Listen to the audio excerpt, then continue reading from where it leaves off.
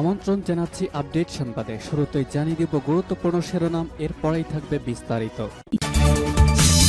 আন্তর্জাতিক আপডেট সংবাদ থাকবে। ইসরায়েল ফিলিস্তিন যুদ্ধের সর্বশেষ তথ্য জানিয়ে দিব এবং শুরুতেই থাকবে অত্যন্ত গুরুত্বপূর্ণ সংবাদ। আলহামদুলিল্লাহ, এবার ইসরায়েলের উত্তরাঞ্চলের সামরিক ঘাঁটি গুঁড়িয়ে দিল হিজবুল্লাহ। জানাবো ইসরায়েলের একদিনের হামলায় ৭০ ফিলিস্তিনি নিহত। এদিকে আল শিফায় জিম্মিদের আটকে রেখেছে হামাস, অভিযোগ ইসরায়েলের। এদিকে ইসরায়েলকে সমর্থনের প্রতিক্রিয়া, রেকর্ড হারে কমেছে বাইডেনের জনপ্রিয়তা। আরও জানাবো গাজা ইন্দোনেশিয়ান হাসপাতালে ইসরায়েলি বোমা হামলা। সর্বশেষ জানাবো অত্যন্ত গুরুত্বপূর্ণ সংবাদ, ফিলিস্তিনি যোদ্ধাদের শক্তি নিয়ে যে নতুন একটি তথ্য দিল ইরান।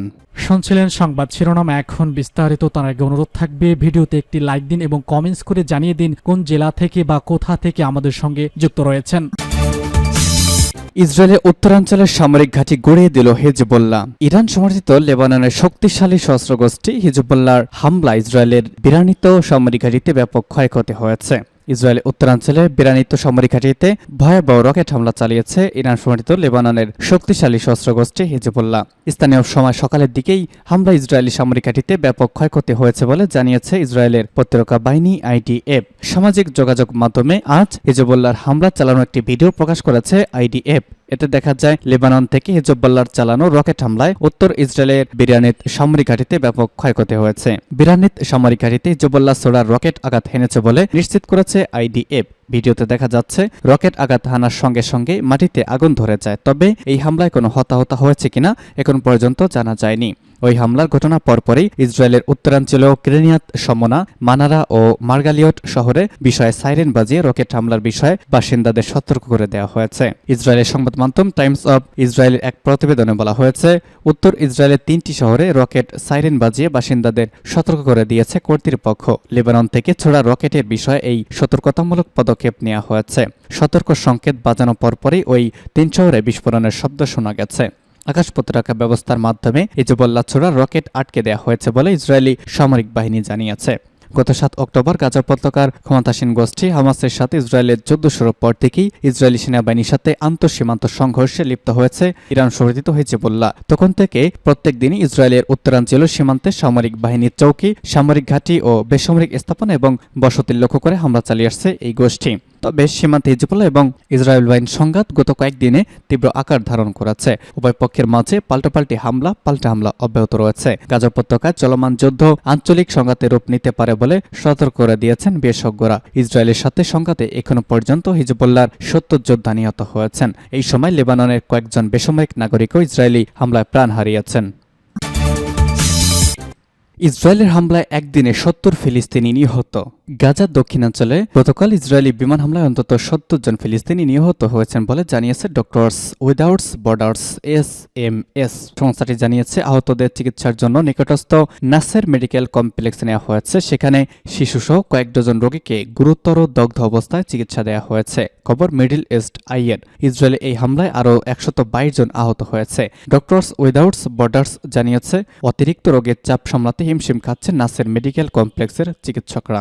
এদিকে হামাসের বিরুদ্ধে অবরুদ্ধ গাজা উপত্যকার বৃহত্তম আল শিফা হাসপাতালে ইসরায়েলি এক সেনার মৃত্যুদণ্ড কার্যকর ও ২ বিদেশিকে জিম্মি করে রাখার অভিযোগ করেছে ইসরায়েল। ৪ সপ্তাহের বেশি সময় ধরে চলমান ধ্বংসাত্মক যুদ্ধের মাঝে ইসরায়েল গতকাল এই অভিযোগ করেছে।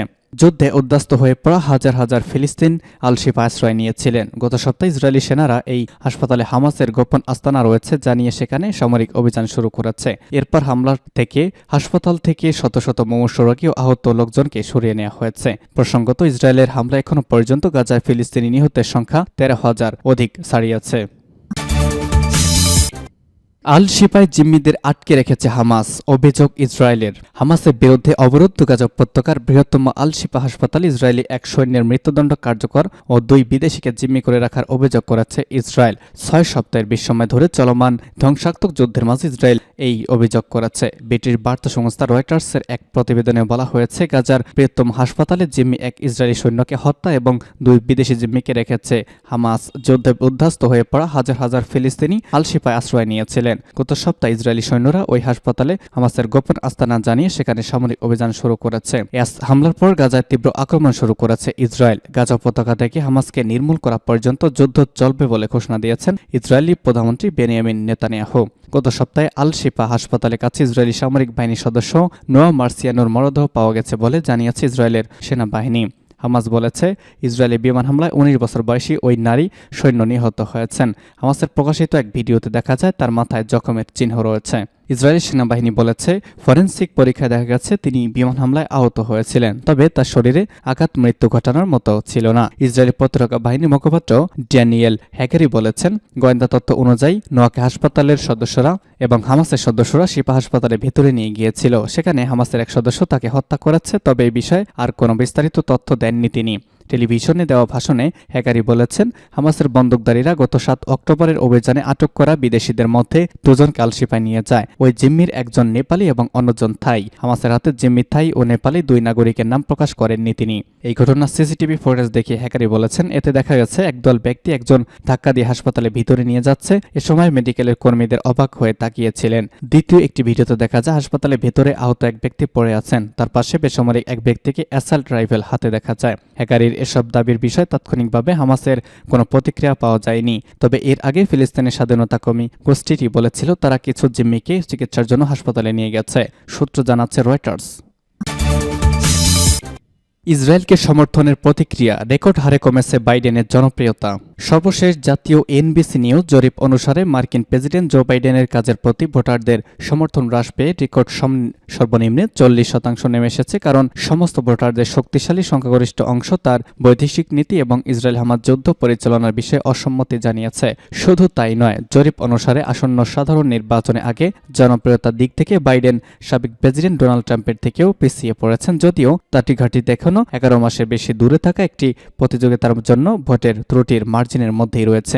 বাইডেনের জনপ্রিয়তা ধস ডেমোক্র্যাটদের মধ্যে সবচেয়ে বেশি উচ্চারিত হয়েছে, যাদের অধিকাংশই বিশ্বাস করেন যে ইসরায়েল গাজায় তার সামরিক পদক্ষেপ অনেক বাড়াবাড়ি করেছে এবং 18 থেকে 34 বছর বয়সী ভোটারদের মধ্যে 70% বাইডেনের যুদ্ধ পরিচালনা বিষয়ে তাদের অসম্মতি জানিয়েছেন। টেক্সাসের অস্টিন থেকে ডেমোক্র্যাট 40 বছর বয়সী মেক ফুরে বলেছেন, আমি ইসরায়েলের প্রতি তার নীতিকে সমর্থন করি না। ব্যর্থ প্রতিশ্রুতি, ছাত্রঋণ, সাধারণভাবে বিদেশি নীতি। শান গিওনার 23 বছর বয়সী ডেমোক্র্যাট জিকো শেল বলেছিলেন, যখন তাকে জিজ্ঞাসা করা হয়েছিল তিনি কেন বাইডেনের কাজে পারফরম্যান্সকে অস্বীকার করেছেন। আর রিসার্চ অ্যাসোসিয়েটস এট ডেমোক্রেট পোলস্টার জেফ হটউইট বলেছেন, জো বাইডেন তার প্রেসিডেন্সিতে অন্যান্যভাবে নিম্ন পর্যায়ে রয়েছেন এবং এটি একটি উল্লেখযোগ্য অংশ, বিশেষ করে বাইডেন জোটের মধ্যে আমেরিকানরা তার বৈদেশিক নীতির পদক্ষেপগুলিকে কিভাবে দেখছে তার কারণে। জনমত কৌশল রিপাবলিকান পোলস্টার বিল ম্যাকনাফ এনবিসির সাথে সমীক্ষাটি পরিচালনা করেছেন। ম্যাকনাফ বলেছেন, তিনি আগে কখনো দেখেননি যে মার্কিন সেনা জড়িত না থাকা সত্ত্বেও বৈদেশিক কোনো বিষয় মার্কিন রাজনীতিকে এভাবে প্রভাবিত করতে। এই জরিপটি একটি চমকপ্রদ এবং ইসরায়েল হামাস যুদ্ধ বাইডেনের উপর যে প্রভাব ফেলেছে তার কারণে এটি আশ্চর্য এবং তিনি বলেছেন একটি অস্বাভাবিক ঘটনা। তবে রুই সতর্ক করে দিয়েছেন যে বাইডেন এই অসন্তুষ্ট ডেমোক্র্যাট এবং তরুণ ভোটারদের সমর্থন ফিরে পেতে পারেন। এরা এমন লোক যাদের বাইডেন এবং ডেমোক্র্যাটদের ভোট দেওয়ার ক্ষেত্রে একটি প্রমাণিত ইতিহাস রয়েছে। তিনি বলেছেন, যোগ করেছেন 2024 সালে নির্বাচনের আগে প্রচুর সময় আছে এবং আরও সম্ভাব্য রাজনৈতিক চমক আসতে পারে, যার ফলে রাজনৈতিক ল্যান্ডস্কেপ আবার রূপান্তরিত হতে পারে। জরিপ অনুসারে নিবন্ধিত ভোটারদের 40% বাইডেনের কাজের পারফরম্যান্সকে অনুমোদন করেছেন এবং 58% অসম্মতি জানিয়েছেন। প্রেসিডেন্ট হওয়ার পর থেকে এটি বাইডেনের সর্বকালের সর্বনিম্ন অনুমোদনের প্রতিনিধিত্ব করে। সূত্র এনবিসি নিউজ। গাজা ইন্দোনেশিয়ান হাসপাতালে ইসরায়েলি বোমা হামলা, নিহত 8। অবরুদ্ধ গাজা উপত্যকায় একের পর এক হাসপাতালগুলোকে লক্ষ্য করে বোমা হামলা চালাচ্ছে ইসরায়েল। এবার গাজা ইন্দোনেশিয়ান হাসপাতালে ইসরায়েলি বোমা হামলায় 8 জন ফিলিস্তিনি নিহত হয়েছেন। এতে আহত হয়েছেন আরও অনেকেই। হামলার পর রেড ক্রসের এক কর্মী মেডিকেল সাহায্যের জন্য জাতিসংঘের কাছে আবেদন জানিয়েছেন। খবর আল জাজিরার প্রতিবেদনে বলা হয়েছে, ইসরায়েলের হামলায় কমপক্ষে 2 জন চিকিৎসক আহত হয়েছেন। হাসপাতালটির চিকিৎসকরা জানিয়েছেন, কোনো ধরনের সতর্ক বার্তা ছাড়াই গতকাল রাতে ইসরায়েল হাসপাতালে হামলা চালিয়েছে। এর আগে আল জাজিরার গাজা প্রতিনিধি সাফাওয়াত আল কাহলত জানায়, ইসরায়েলি বাহিনীর আল শিফা হাসপাতালে পুনরাবৃত্তি ঘটাতে চায় ইন্দোনেশিয়ান হাসপাতালেও। এদিকে ইসরায়েলি বোমা হামলার হাসপাতালে পুরোপুরি বিদ্যুৎহীন হয়ে পড়েছে। বোমার একটি আঘাতে সেখানকার জেনারেটর নষ্ট হয়ে গিয়েছে। মোবাইল ফোনের আলো জ্বালিয়ে রোগীদের সেবা দিচ্ছেন চিকিৎসকেরা।